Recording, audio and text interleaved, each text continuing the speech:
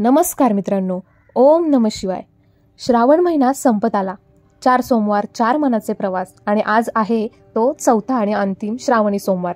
शिवाच्या चरणी आपल्या सर्व भावना अर्पण करण्याचा शेवटचा दिवस. शिवपूजेमागे असतो एक गूढ, ते फक्त अभिषेक, व्रत किंवा बेलपत्र नव्हे, तर एक आत्मयात्रा. चला तर मग आज जाणून घेऊया या चौथ्या सोमवारचं खास आध्यात्मिक महत्त्व. श्रावण महिन्यातील पहिला सोमवार नवा आरंभ, दुसरा सोमवार श्रद्धा आणि समर्पण, तिसरा सोमवार संयम आणि शांती आणि चौथा सोमवार अंतर्मुक्ता आणि बंध मुक्ती. या सोमवारी आपण मागे वळून पाहतो. या 4 आठवड्यात आपण काय शिकलो, किती वेळा आपण स्वतःशी प्रामाणिक राहिलो, शिवाला प्रसन्न करण्यासाठी खरंच आपण मनापासून शुद्ध झालो का? हा सोमवार म्हणजे देवाशी संवाद. हे भोलेनाथ, आता तुझ्या चरणी माझं सर्व काही अर्पण करत आहे. तू आता माझा मार्गदर्शक हो. या दिवशी पंचामृत अभिषेक ही एक पारंपरिक प्रथा आहे. दूध, दही, मध, साखर आणि तूप यांच्या मिश्रणाने शिवलिंग स्नान घालावे. त्यावर बेलपत्र, फुलं, दुर्वा अर्पण करावेत. तर या दिवशी कोणता मंत्र म्हणायचा आहे? ओम नमः शिवाय 108 वेळा आणि महामृत्युंजय मंत्र शारीरिक आणि मानसिक शांतीसाठी.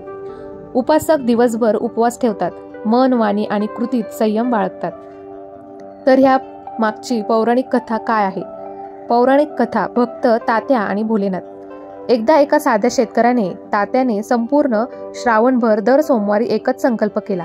हे शंकरा, मला काही नको, फक्त माझ्या मनातील घाण, अहंकार, द्वेष साफ कर. तो रोज बेलाचं झाड झाडत असे.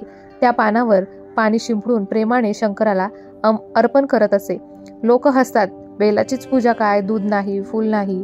पण श्रावण संपता भोलेनाथाने स्वप्नात येऊन त्याला आशीर्वाद दिला की तात्या, तू जे दिलं ते प्रेम होतं, बाकीचं सर्व तर मी आहेच. ही कथा आपल्याला शिकवते की शुद्ध मन हीच खरी पूजा आहे. चौथ्या सोमवारचं आध्यात्मिक महत्त्व. शिव म्हणजे केवळ देव नाही, तर एक तत्व आहे. त्याग, शांती, विनय आणि मोक्ष. या सोमवारी आपण एक छोटेसे ध्यान करू शकतो. डोळे बंद करा, श्वास घेत राहा आणि फक्त म्हणत राहा, मी काहीही नाही, सर्व काही शिव आहे. या क्षणी तुमचं मन, शरीर आणि आत्मा एकत्र शांत होतात. हीच तर खरी भक्ती आहे. श्रावणात आपण देहभावात पूजा केली, पण आता या चौथ्या सोमवारी आपण आपल्या मनाचा, विचारांचा आणि अहंकाराचाही त्याग करतो. हे भोलेनाथ, माझं जे काही चांगलं आहे ते तुझंच आहे, पण माझे दोष, राग, ईर्ष्या, अहंकार हेही आज मी तुझ्या पायाशी ठेवतो. कारण तू फक्त स्वीकार करतोस, न विचारता, न शिक्षा करता. तू खरा करुणामूर्ती आहेस. तर श्रावणाचा हा अखेरचा सोमवार एक नवीन सुरुवात असो, शांततेची, सच्चाईची आणि आत्मविश्वासाची. हर हर महादेव. जय शंभू.